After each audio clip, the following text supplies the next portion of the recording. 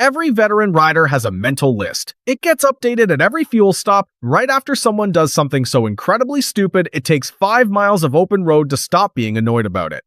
There are 9 types of riders on this list that piss me off, and number 6 is absolutely guaranteed to start a fight in the comments. So, let's get started. The straight line hero. Here is the thing I actually cannot explain. You spent $12,000 on a motorcycle with 200 horsepower, modern traction control, Brembo brakes from the factory, and tires that a professional racer would have been ecstatic about 15 years ago. The bike wants to corner, the tires want to lean. The electronics are actively working to keep you alive even when you are making bad decisions, and somehow you are still the most terrifying thing on a mountain road. 130 on the straight, rev limiter hit twice for the audience, stretched swing arm for extra drama. Then a corner appears. What happens next, I have seen so many times, it stops being surprising. He brakes so hard, so late, and so completely that by the time he reaches the apex, he is traveling at roughly the speed of a postal truck on a bad day. No lean, no commitment, no line. He parks the thing through the corner and then hammers the throttle on the exit to compensate for the fact that he basically stopped in the middle of a turn. A 65-year-old on a Goldwing with a passenger and 2 full saddlebags and a cooler strapped to the back would have walked away from him in that corner. Actually, I have seen that happen.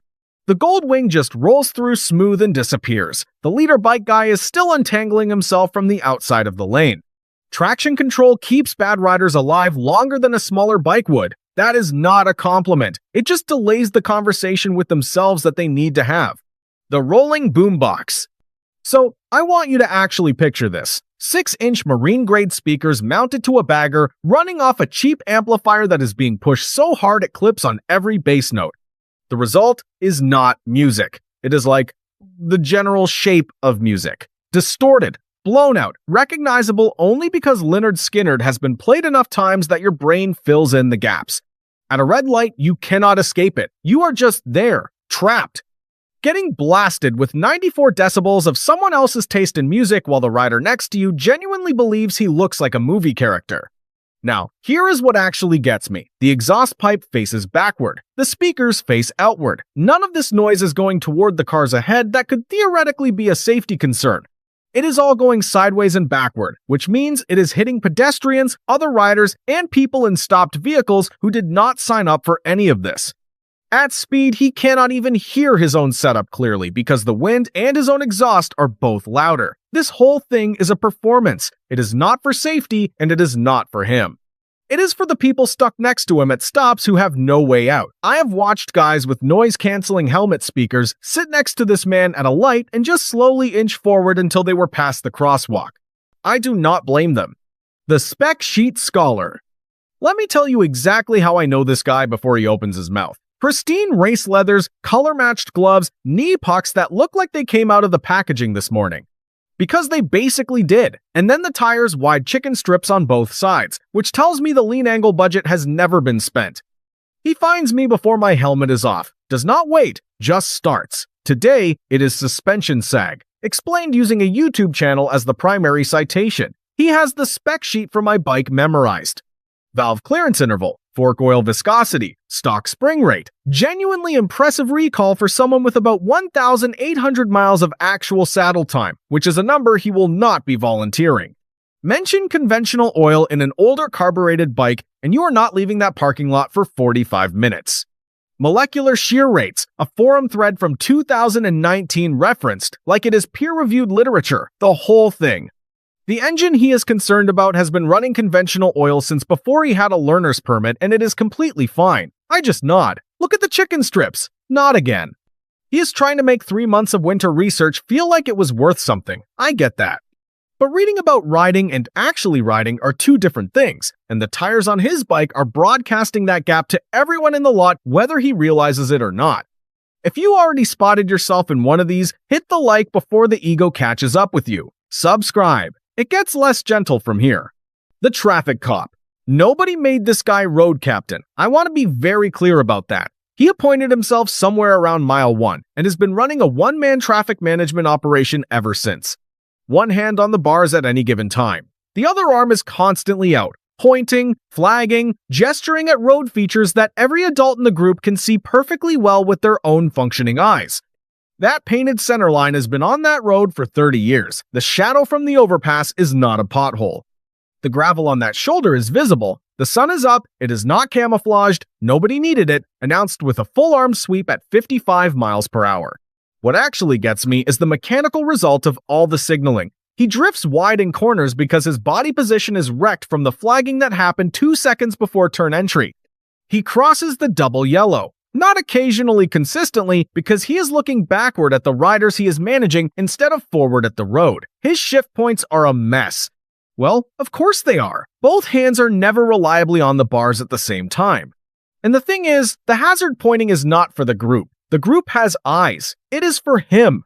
It is how he tells everyone around him that he has superior situational awareness and a deep personal commitment to group safety. The road does not have a vacancy sign out for the position he has filled.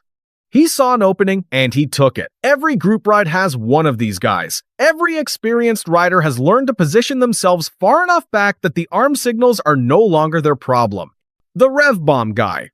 I see this constantly, and it still gets me every single time. Something happens near this rider, and his response, reflexively every time, is to pull the clutch and bounce the engine off the rev limiter. A car merges nearby. Rev Bomb. A buddy waves from a gas station. Rev Bomb. Goes under a bridge. Here's the echo. Rev Bomb. Sits at a red light for 4 seconds. Rev Bomb. It is not communication. There is no message being sent. Something exists near him, and he is informing it that he also exists. Now let me tell you what is actually happening inside that engine while the rev limiter gets hit over and over with the clutch pulled. The valve train is cycling through maximum velocity with no load to dampen it. The clutch is disengaging and snapping back each time, with no oil film being built through a loaded drivetrain. Valve float becomes a real possibility if the springs are not spec'd for it.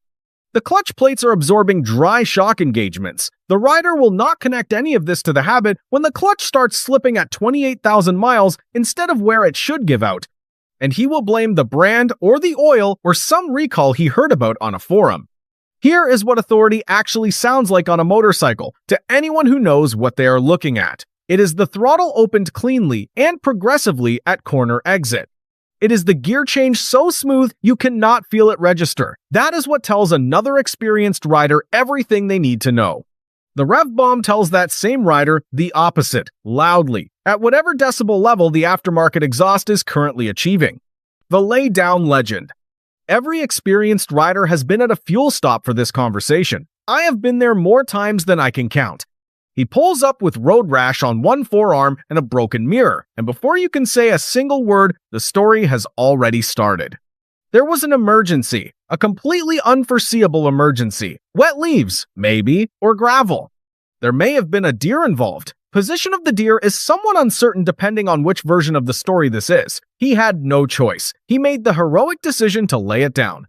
So, rubber on pavement grips at a friction coefficient somewhere between 0.7 and 0.8 under braking. Plastic fairing on pavement is around 0.2 and drops further once it is actually sliding.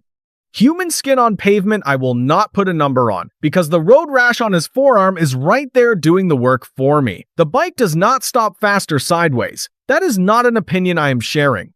It is just what tires do, which is why the brakes are there and why the brakes are the correct tool for the emergency he described. What happened is he panicked. Front brake came in hard and wrong, rear locked, bike went where locked tires always go, which is sideways and then down.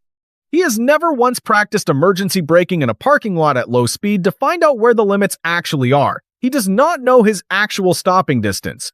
And he is defending all of this because accepting it means accepting that practice changes outcomes, which means the outcome was not inevitable, which means the wet leaves did not actually make this happen. The riders standing there are doing the math silently. Nobody says it. The road rash says it. The safety lecturer.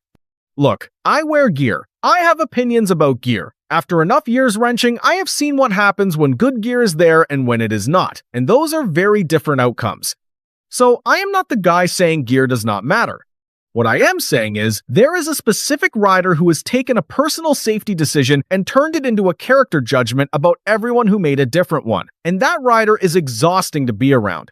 The guy in jeans is not doing it wrong in his mind. He is doing it differently. Those are not the same thing. The rider without a back protector is not being irresponsible in his own assessment of his own risk. The at-gat enforcer has collapsed that distinction entirely, and now every gas stop becomes a lecture, every comment section becomes a sermon. And every rider who made a different call is getting corrected whether they asked or not. I will tell you what actually works, because I have watched this for years. Ride with someone. Let them see how you move, what you wear, how you prepare. That does the work over time. A stranger in a parking lot explaining mortality statistics while you are trying to put your gloves on does not change a single gear choice. It just makes people not want to park near you. The back wheel breather. At 60 miles per hour with 2 feet of gap between his front wheel and the vehicle ahead, what this rider actually has is not a following distance. It is a countdown. The human reaction time to identify a hazard, decide to brake, and get on the lever runs between 0.7 and 1 seconds under normal conditions. At 60 miles per hour, that reaction arc covers roughly 60 to 90 feet before the brakes even begin doing anything. The full emergency stop from that speed on a decent motorcycle in good conditions takes 130 to 150 feet on a good day. 2 feet is not in the same category as any of those numbers. Now, why does this guy keep doing it? Because the car ahead has not stopped unexpectedly yet. His whole experience of this habit is made up of every time it worked out, which is every time so far. The one time it does not work out does not contribute a data point that he can learn from in any useful way. Experienced riders run 4 seconds minimum, not because they think something is about to go wrong, but because the cost of being wrong is severe enough that the habit is worth maintaining regardless of how likely the scenario feels. The tailgater will eventually have this conversation with someone who has the gray miles to deliver it. Whether anything gets through depends on whether his confidence has a gap in it large enough for information to enter. The following distance suggests the gap might also be pretty small. The I used to ride guy. Anyhow, this one is not about ego exactly. It is more like confidence that has not been updated in over a decade. He rode in his 20s, had something Kawasaki maybe, sometimes Honda. The brand shifts a little depending on who he is talking to. Has not been on a bike in 11 years. But the moment there is a motorcycle in a parking lot, he is introducing himself as a rider and starting in on how things work. Saw a video about lane filtering. Now he knows about lane filtering. Listened to a podcast about traction control. Now he has opinions about traction control. He will tell a rider who just came off a 4,000-mile solo run through the Mountain West that those roads are dangerous out there. Yeah, the rider knows. He just spent 2 weeks on them. What actually gets experienced riders is not the time off the bike. People take breaks. Come back, welcome back. Genuinely. What gets them is the confidence level staying fixed while the experience currency expired years ago. The bike changed, traffic changed. The tire technology and the electronics on a modern motorcycle did not exist on whatever he was riding in 2013. The rider he is lecturing nods, looks at the road ahead, thinks about the miles tomorrow. Drop them all in the comments. Tell me which one you actually ride with. And be honest about which one you have been, because every rider on this list was a newer rider once and most of them genuinely did not know it yet.